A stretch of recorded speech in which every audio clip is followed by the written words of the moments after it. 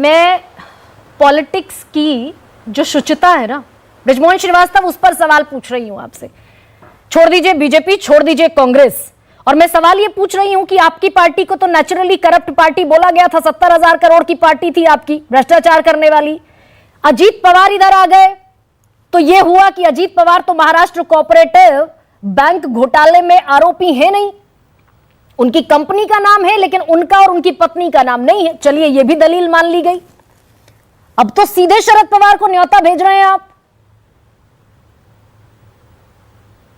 गरिमा जी, देखिए कि जो न्योता है वो तो देश के प्रधानमंत्री आदरणीय नरेंद्र मोदी जी ने दिया है, मैं उसकी बात नहीं कह रहा। लेकिन जो प्रश्न आपने आज उठाया, जो खरगे साहब के पटना में दिए गए बयान से जुड़ा हुआ है, उस पर बात करना जरूर ठीक होगा। इस मौके पे हम लोग लगातार इस बात को कहते थे कि आखिर INDIA का एजेंडा क्या है, वो देश के लिए क्या प्रोग्राम लेकर आ रहे हैं, किस प्रोग्राम को लेकर वो INDIA को उन्होंने इकट्ठा किया है।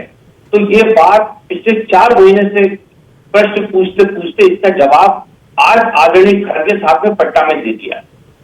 ये पूरा जो प्रोग्राम है, जो पूरी जो मुहिम है INDIA की, वो सिर्फ इसी बात को लेकर है कि अगर ईडी में जो उनके बहुत सारे लोग जो ईडी और CBI की जांच के दायरे में है, जेल में भी है, जेल से बाहर भी आ रहे हैं, उन लोगों को बचाने की ही बस एक रणनीति है जिसके तहत INDIA चुनाव लड़ रहा है। ये तो आज बिल्कुल स्पष्ट कर दिया आदरणीय खरगे साहब ने। अब बृजमोहन श्रीवास्तव, थोड़ा सा दिल पर हाथ रखिए ईमानदारी से और इस बात का जवाब दीजिए कि अगर इंडिया अलायंस भ्रष्टाचारियों को बचाने के लिए चुनाव लड़ रहा है तो आप भी तो सारे भ्रष्टाचारियों के लिए पलक पावड़े बिछाकर, दामन फैलाकर बैठे हुए हैं कि आए सारे भ्रष्टाचारी और इधर आकर सब पाक साफ हो जाए। गरिमा जी, मैं इसको फिर स्पष्ट कर दूं कि NDA में जितने भी लोग जिनके बारे में चर्चा चलती है, अधिकतर लोग तो वो हैं जिनके खिलाफ शिकायतें की गई थी, लेकिन उन शिकायतों में कोई हकीकत नहीं पाई गई। इसलिए जो जांच एजेंसियां वो भी मजबूर है उसको वाइंड अप करने के लिए, समरी लगाने के लिए, और कुछ जिनके ऊपर इस प्रकार के अभी कोई आरोप भी है, तो इसमें से किसी भी एक भी व्यक्ति के खिलाफ चलने वाली जांच को रोका नहीं गया है। और अगर आने वाले दिनों में उनके ऊपर कोई आरोप सिद्ध पाया जाएगा तो मैं सोचता हूँ आदरणीय नरेंद्र मोदी जी का बहुत स्पष्ट इस मामले में कहना है, जीरो टॉलरेंस वाली बात।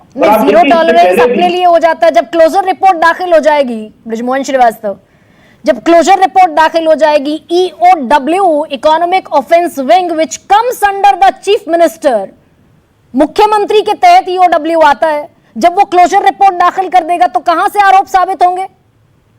गरिमा जी, आप बिल्कुल ठीक बोल रही है कि वो ऐसे विभाग मुख्यमंत्री जी के अधीनस्थ होते हैं, लेकिन ये भी उतना सच है कि जो वहां पे जांच करने वाले जो अधिकारी हैं हमारे, वो किसी भी तथ्य को नकार नहीं सकते अगर किसी ने सबूत किया हो। जैसे कि आदरणीय अजीत पवार के बारे में बात चलती है, तो मैं स्पष्ट कर दूं कि जिस दौर में उनके आरोप लगा है, उनके विभाग का कुल 2.5 साल का जो बजट था वो 13,000 करोड़ का था। और ये मैं जब कह रहा हूँ तो पूरी जिम्मेदारी से कह रहा हूँ, उस समय 70,000 करोड़ का उन पे आरोप लगा।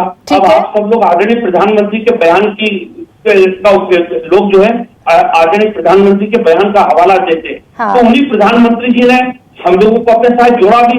हाँ। इसका क्या मतलब है कि अगर एक कोई बयान किया गया था उसमें अगर कोई हकीकत नहीं थी, हाँ, तो उसके बाद उन्होंने स्वीकार भी कर लिया। लेकिन ये कैसे होता है बृजमोहन श्रीवास्तव, ये कैसे होता है? दर्शकों को ये भी बताइए मेरे कि अजीत पवार की कंपनी का नाम ED की चार्जशीट में लिखा जाता है बाकायदा, और अजीत पवार का नाम नहीं होता। Company which is a non living entity, company का नाम है और कंपनी चलाने वाले व्यक्ति का नाम ED की चार्जशीट से गायब है। गरिमा जी, आप फिर इसको सुनिएगा।